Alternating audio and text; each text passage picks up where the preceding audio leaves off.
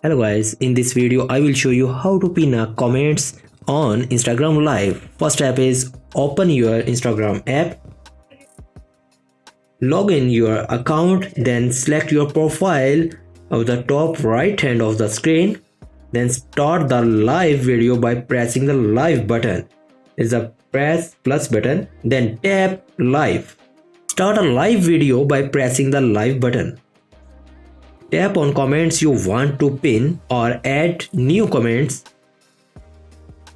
Then post and tap on it you want to pin. Tap on the pin comment option is the bottom.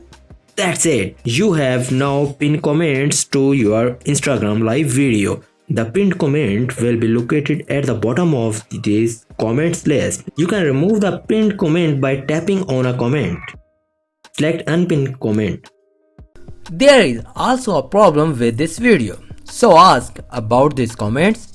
Any problem related to social media and internet, let them know in the comments bar so that a video can be made on it. Please like this video and subscribe our channel and press icon for any updates and notifications. Thanks for watching.